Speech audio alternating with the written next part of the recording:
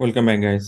আমরা কথা বলবো হচ্ছে সোর্সটা নিয়ে, যেটা নিয়ে এতক্ষণ দেখাচ্ছিলাম। ধরেন আপনার কোনো ক্লায়েন্ট আসলো যে আমার ক্লিক ফানেলের ক্লায়েন্টদেরকে লাগবে, তাদের ওয়েবসাইটের লিস্ট লাগবে, হতে পারে সেটা।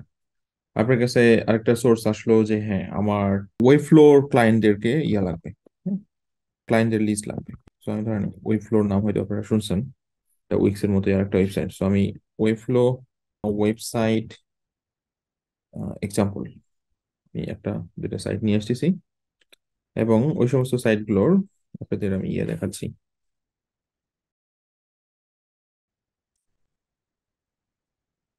তো ধরেন এই সাইটটা আমি ওপেন করলাম, এবং এই সাইটের আইপি অ্যাড্রেসটা আমি বের করে নিয়ে আসবো। সো আমি আচ্ছা, পেজ ডট পাউন আমি অন্য একটা সাইট নিচ্ছি। ধরেন এই সাইটটা ভিজিট করি,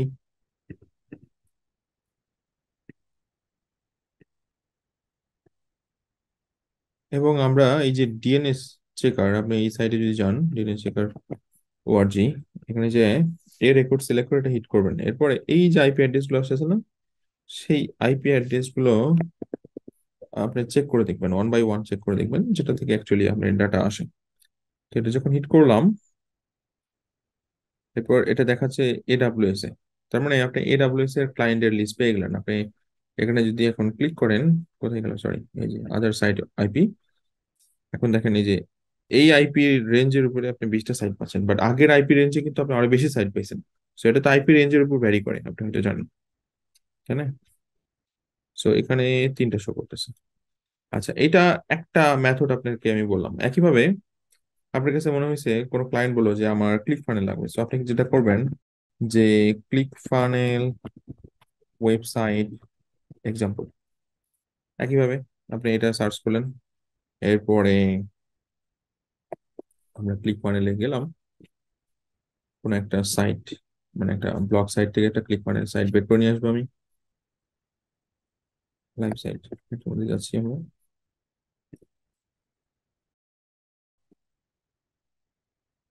কপি করলাম। এরপরে আমরা, সরি, এখানে দিলে হবে না, ওখানে জাস্ট আইপিটা দিতে হবে।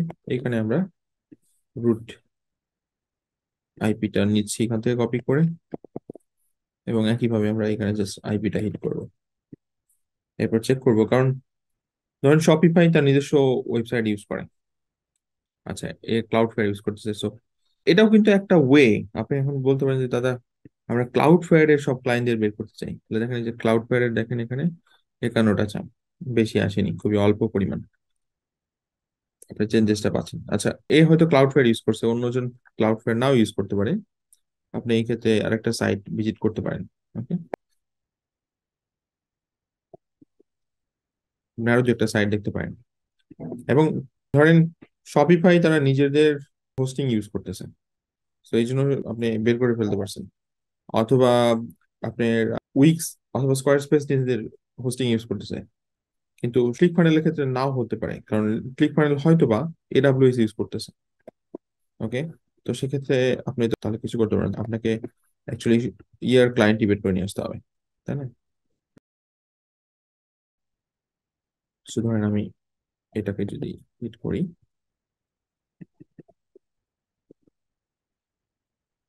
এবং এইখান থেকে আমরা জাস্ট আগের মতো, আচ্ছা, সেম আইপি আসতেছে। তো সেম আইপি আসার মানে হচ্ছে এটা অ্যাকচুয়ালি তারাও ক্লাউড ফেয়ার ইউজ করতেছে নিঃসন্দেহে।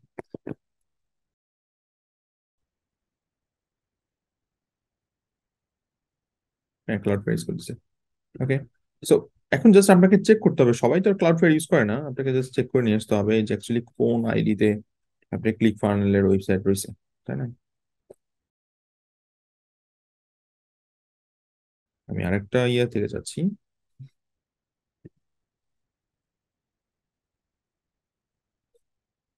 এরকম মাল্টিপল প্ল্যাটফর্ম রয়েছে পৃথিবী জুড়ে।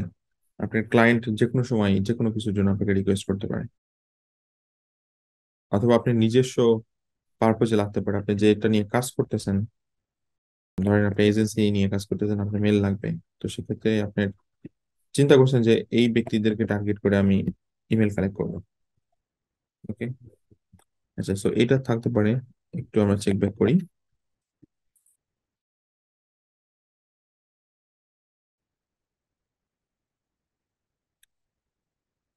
এটা গুগল সাইট ইউজ হচ্ছে এখানে। ওকে, মেবি গুগল ক্লাউডের ইউজ হচ্ছে, হতে পারে সেটা। সো ক্লিক ফানেলের ক্ষেত্রে আমরা অনেকটাই চেঞ্জেস দেখলাম। এমন হতে পারে গুগল ক্লাউড, এই ক্ষেত্রে গুগল সাইটের সাইট লিস্টটাও দেখতে পারি। খুব একটা বেশি না, মাত্র 18টা সাইট। যাই হোক, এটা একটা সোর্স আর কি। এখন আপনাকে আরো, আপনি অনেকভাবে চিন্তা করতে পারেন যে শপিফাই অল্টারনেটিভ ওয়েবসাইটস।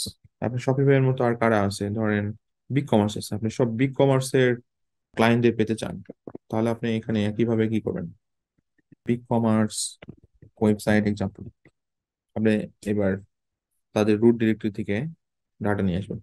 আর আপনি পুরো কনসেপ্টটা বোঝার চেষ্টা করেন। আমি যেটা বুঝলাম, এটাকে আমি যে উইক্স দেখাইছি, শপিফাই দেখাইছি, একই মডেল, জাস্ট একটা আইপি অ্যাড্রেস বের করে নিয়ে আসি।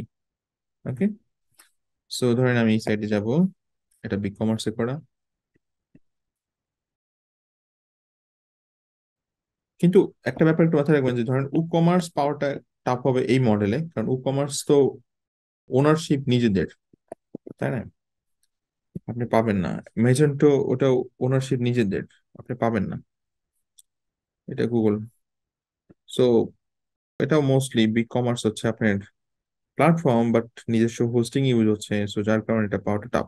বাট এই টাইপের প্ল্যাটফর্ম, মানে যেগুলো হচ্ছে কাস্টম বেস, ল্যান্ডিং পেজ অথবা ওয়েবসাইট বানানো আছে এবং হোস্টিং এক্সিস্টিং সাইট থেকে পাওয়া যাচ্ছে, রাইট? যেমন leadpages.com, এই টাইপের সাইট।